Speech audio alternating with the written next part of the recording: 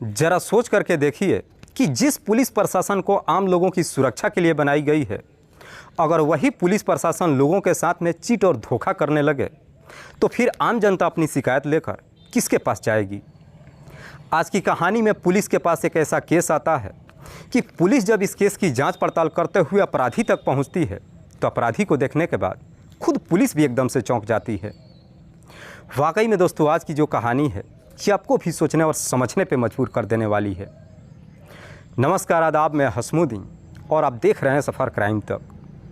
आज की जो सच्ची घटना मैं आपको सुनाने वाला हूँ, ये घटना है उत्तराखंड प्रदेश की। उत्तराखंड का एक ज़िला पड़ता है हरिद्वार और इसी हरिद्वार का एक थाना पड़ता है झबरेड़ा।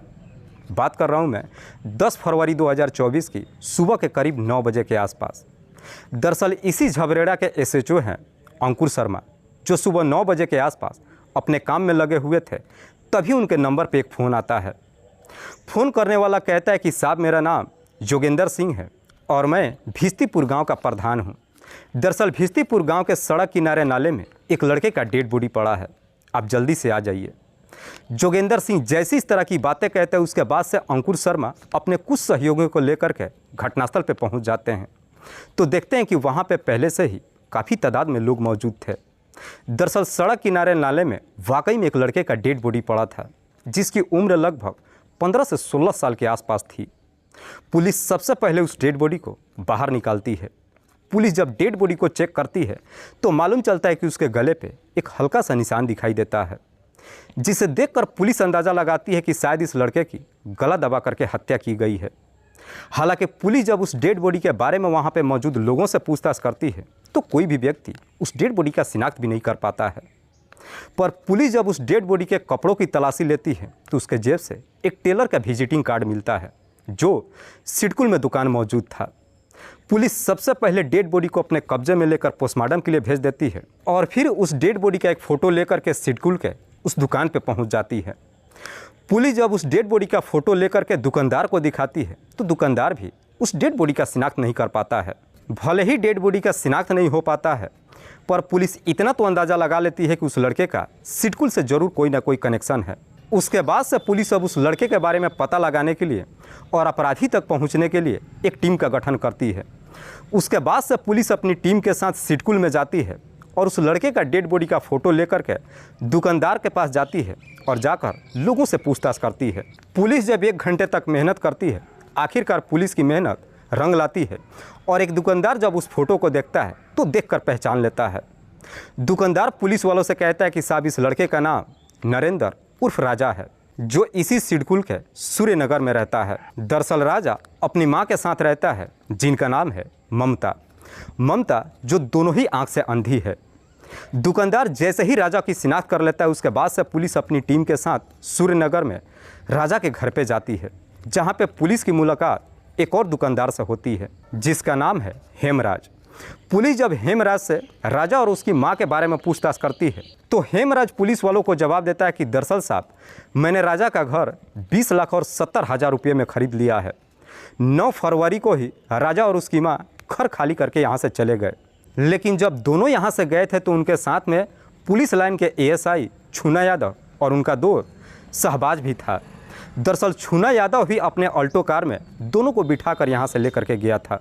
हेमराज जैसी इस तरह की बातें कहते हैं, उसके बाद से पुलिस अब एएसआई छूना यादव से पूछताछ करने के लिए पुलिस लाइन में जाती है और छूना यादव को गिरफ्तार करके थाने में लेकर पहुँच जाती है और फिर छूना यादव से राजा और उसकी माँ ममता के बारे में पूछताछ करती है। इस पर छूना यादव भी पुलिस को जवाब देते हुए कहता है कि हाँ साहब, उस दिन दोनों को मैं अपनी ही गाड़ी में बिठा करके लेके गया था, लेकिन उसके बाद से वो दोनों कहाँ गए इस बारे में मुझे कुछ भी नहीं मालूम है। लेकिन छूना यादव जब इस तरह की सफाई देता है, पुलिस को उसके बातों पर यकीन नहीं होता है।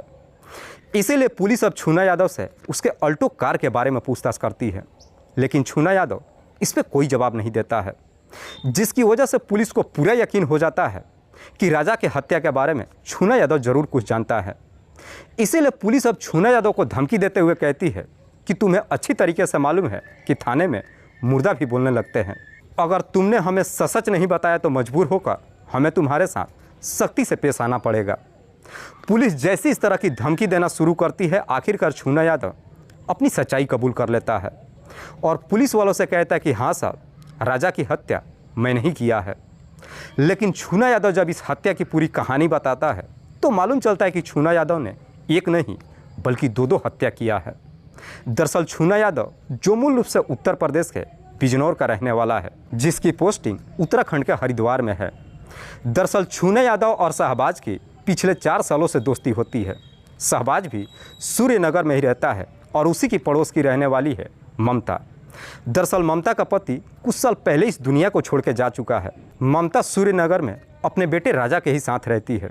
दरअसल ममता भी मूल रूप से मुरादाबाद की रहने वाली है, लेकिन 1 साल पहले ही मुरादाबाद की अपनी सारी प्रॉपर्टी बेच करके सूर्यनगर में आ गई है और यहाँ पे अपना एक मकान खरीद लिया है।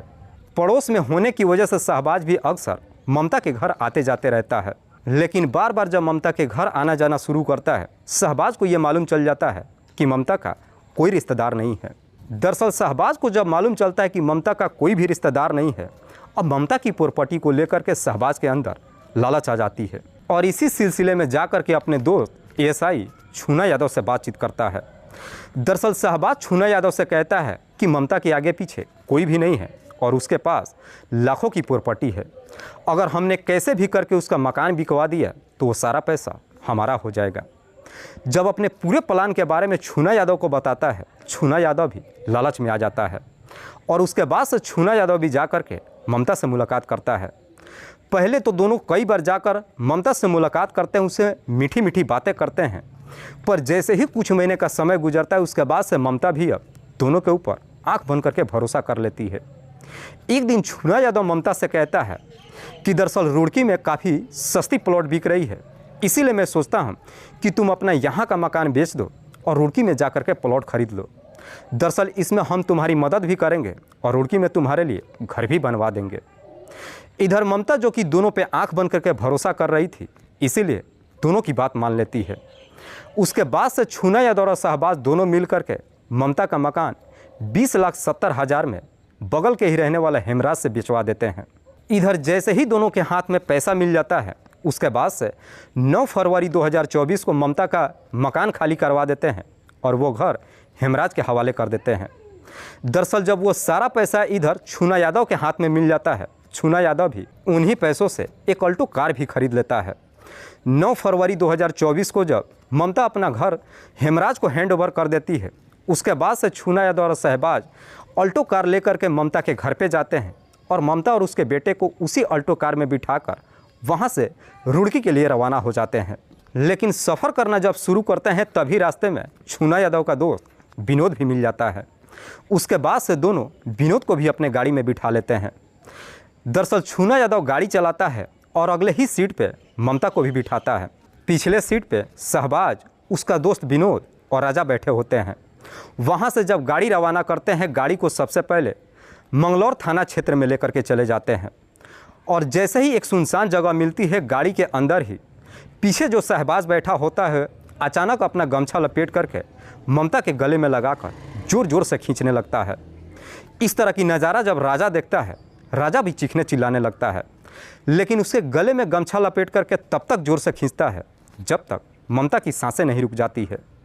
ममता की जब मौत हो जाती है उसके बाद से गाड़ी के अंदर ही विनोद और शहबाज मिलकर के राजा के भी गला दबाकर हत्या कर देते हैं। दोनों की जब मौत हो जाती है उसके बाद से ममता की डेड बॉडी को लेकर के इसी मंगलौर के लिबरहेड़ी नहर किनारे झाड़ी में फेंक देते हैं। उसके बाद से राजा की डेड बॉडी को लेकर के भिस्तीपुर गांव में जाते हैं और भिस्तीपुर गांव के सड़क किनारे एक नाले में फेंक देते हैं। उसके बाद से जो भी मकान का पैसा मिला हुआ था, सारे पैसों को आपस में बंटवारा कर लेते हैं और सब के सब अपने घर चले जाते हैं। वाकई में छूना यादव जब ये पूरी कहानी पुलिस को बताता है, उसके बाद से पुलिस अब उसके दोस्त शहबाज और विनोद, इन दोनों को भी गिरफ्तार करने के लिए इनके घर पे जाती है। लेकिन पुलिस जब इन दोनों के घर पे पहुंचती है, इससे पहले ही दोनों को मालूम चल चुका था कि दरअसल पुलिस छूना यादव को गिरफ्तार कर चुकी है, इसीलिए दोनों अपना घर छोड़ करके फरार हो चुके थे। उसके बाद से पुलिस अब इन दोनों को ढूंढना शुरू कर देती है। पुलिस अपनी तमाम कोशिश कर लेती है, लेकिन बावजूद इसके इन दोनों का कहीं कुछ पता नहीं चलता है। इसीलिए पुलिस अब अपने खबरियों को काम पर लगा देती है। पर जैसे ही 3 दिन का समय गुजरता है, आखिरकार एक दिन खबरी थाने में पहुंचता है और दोनों का लोकेशन बता देता है। इधर पुलिस को जैसे ही दोनों को लोकेशन मिल जाती है, पुलिस उस लोकेशन पर जाती है और फिर दोनों को भी गिरफ्तार कर लेती है। पुलिस जब इन तीनों को गिरफ्तार कर लेती है, उसके बाद से पुलिस झूना यादव को लेकर के नहर किनारे पे जाती है और उस झाड़ी से ममता की भी डेड बॉडी बरामद कर लेती है। पुलिस जब तीनों को गिरफ्तार कर लेती है, उसके बाद से अगले दिन जिला अदालत में पेश करती है, जहां से इन तीनों को जेल भेज दिया जाता है। इधर ममता और उसके बेटे की जब पोस्टमार्टम हो जाती है, उसके बाद से दोनों की डेड बॉडी को सिडकुल के ही रहने वाला एक दूर के रिश्तेदार के हवाले कर देती है। दोस्तों, इस पूरी घटना के बारे में आप क्या सोचते हैं? आप अपनी राय हमें कमेंट बॉक्स में ज़रूर दीजिएगा। जाते जाते मैं आपको बता दूं कि कुछ मेरे व्यूअर्स हैं जो रोज़ाना मेरे इस वीडियो को देखते ही नहीं हैं, बल्कि अपना कीमती समय निकाल कर मुझे अपना प्यार भी देते हैं, जिनमें से एक का नाम है राजेश कुमार सोनकर। राजेश कुमार सोनकर जो कौशाम्बी उत्तर प्रदेश के रहने वाले हैं। दूसरे मेरे व्यूअर हैं मंजू लता। मंजू लता जो दिल्ली प्रदेश की रहने वाली हैं।